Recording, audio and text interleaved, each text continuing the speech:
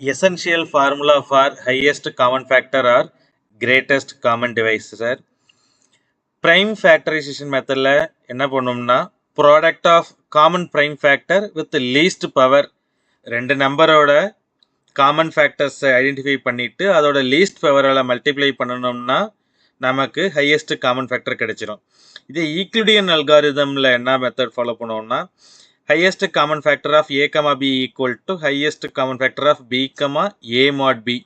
இந்த ப்ராசஸ் என்னன்னா highest நம்பரை லோயஸ்ட் நம்பரால் டிவைட் பண்ணணும். ரிமைண்டர் 0 வரலன்னா அந்த ரிமைண்டரை டிவைடண்டோட மறுபடியும் ரிப்பீட் ப்ராசஸ் பண்ணணும் until we are getting the remainder 0.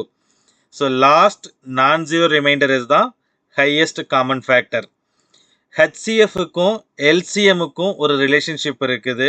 The product of HCF and LCM of two number will be equal to the product of two numbers. Associate property for three numbers என்னன்னா ஒரு HCF of three numbers will be equal to find the HCF of any two first and then find the HCF of result with the third number. அதுதான் associative property.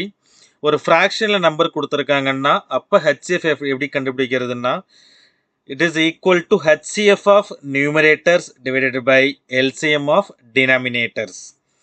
So HCF always gives the greatest number that divides the number exactly, and you can use the factorization for smaller numbers and Euclidean algorithm for the big numbers.